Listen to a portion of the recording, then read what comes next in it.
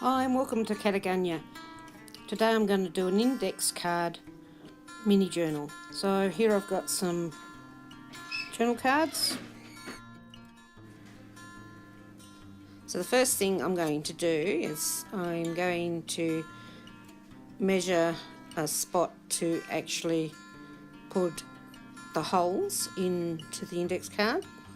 So here I am working out the half and then half of the half.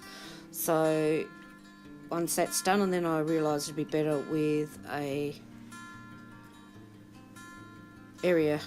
gap, so I've created that. So this is where I'm putting the line, and so now I'll do up my first cut. So where the margin is, I'll put in 2 holes, as you see. So now I'll grab some more cards, and through the first stencil of holes I'll cut more. This is where I find I can't get through 4 cards or even 3 cards, so I reduce it down to only 2, and I make myself a little reminder that that particular punch only goes through 2 cards at once. So all finished, and so written this all down, and I'll type this up and add it to my blog so that you can have the measurements for this size index card. So what I'm going to do now is, because I've got 2 cards for the front and 2 cards for the back, I'm going to glue them together with some gel medium, just lining it up and making sure it's all level and even, and put that just under there just to give it a bit of a press down while I glue the other part together.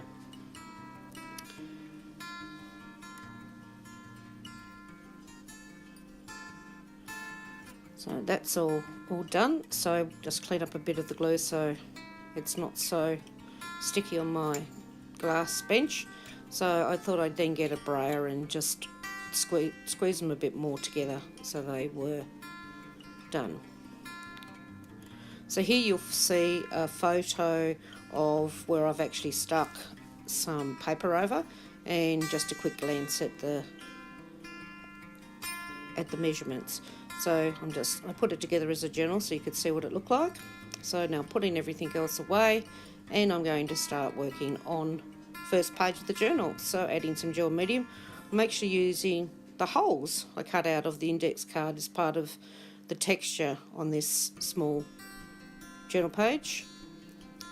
So here I am, just finding where they'll go and just putting them on randomly in the top right corner, and adding some more gel medium to keep them down and put them where they look like they'll do well.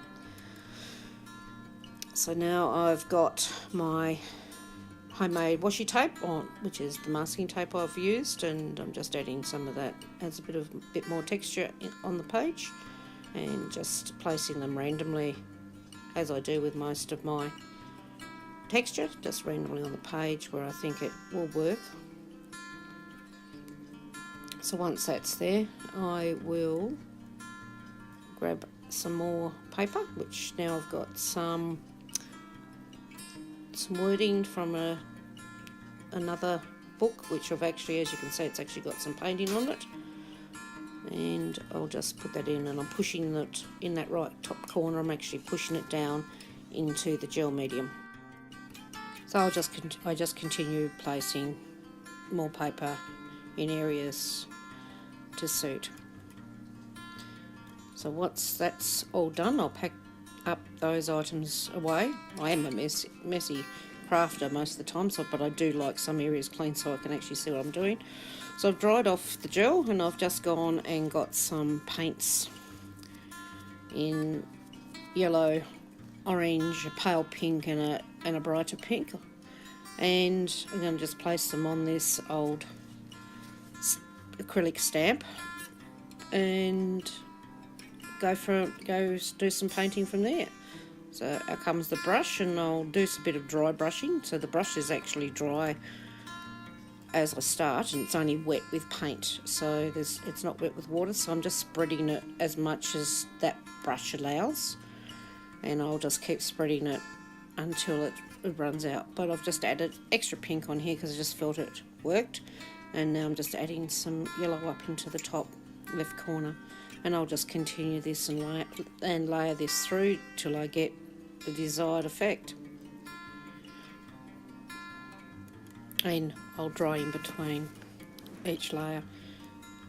So now I've actually grabbed some white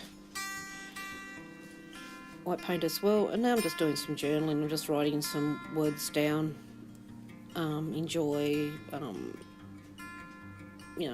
let go, and a bit of scribble here and there, bit of doodling, just to add an extra bit of texture in the background. And this is just using a permanent pen that won't smudge, but I did dry it just to make sure it didn't. So adding a bit of white to dull that background out a little bit, and so I can add the next layer.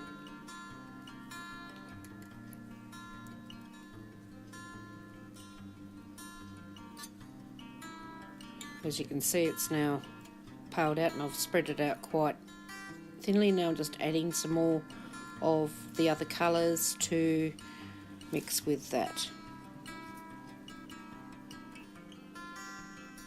So I'm just going another way with them. So I've just crossed over so it actually gives a layering effect as well, and that's like similarly blending out to a rainbow there, but the background's there.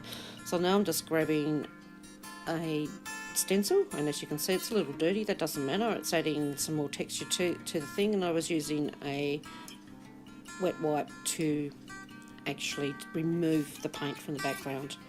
So now I'm back to adding some more colour, and you can still see the stencil take off as well, and just blending in as much as I can with some new colours, and the lighter one just blending it over just to break down. So I'll just dry that off, and now I'm going to dabble on some more white, as I thought that area was just a little bit too dark. So I've just grabbed a lid off an old container and just dabbing it into the white paint. Just created 3 white circles on the page. Now I'm just colouring in the circles just to give them some definition, and then I decided I'd actually use 3 of the main colours, which was the pink, the yellow and the orange, and create 3 overlapping circles on the page just to highlight those colours, which they're rather pastely, but they're actually quite a pretty mix of colours and they go well together. So I just will go over them until they're dark enough. Now it's really hard to record here at home because with dogs and cats and husbands it can get rather noisy in the background. So if you catch anything, that's what's going on. So now I'm just putting some dots with my Posca pen in the background just to add to the kind of the circly effect. So dried that off, and now I'm going to spray with a spray that's almost empty, and this is a glossy one, so it'll actually add a little bit of shimmer to it. I just cleaned that off into another journal, so that's dry now, and I'm also going to do my white curtain of paint, and I actually think that actually needs re-establishing. It seems to be rather transparent, and I actually would like that a little bit whiter, so I will at some point add some more white acrylic to that. But on this particular journal page it actually works well because it doesn't take too much away from the rest. So now I'm just going back over the circles just so that they're in the foreground rather than the background, and everything else gets pulled back. The yellow one gets a little bit of the blue mixed in and adds a little bit of a green section, which works beautifully. So I'm happy with that. So once that's done, dried it, I'm going to just go around the circles with my Posca pen, the thicker one, just to give it a outline and just made it a little bit truer than freehand, and made me see where I've missed out on the paint, so I could actually add a little bit extra if required, which, as you see, I've had to do with the pink. And the orange, it seems. And I just thought I'd go back over the others. I'll continue and went over the yellow, which dropped out that green a little bit more. Dry that off.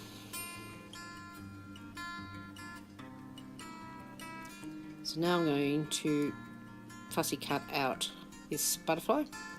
I think that'll work really well. And I've actually done 2 layers, so there's 2 there.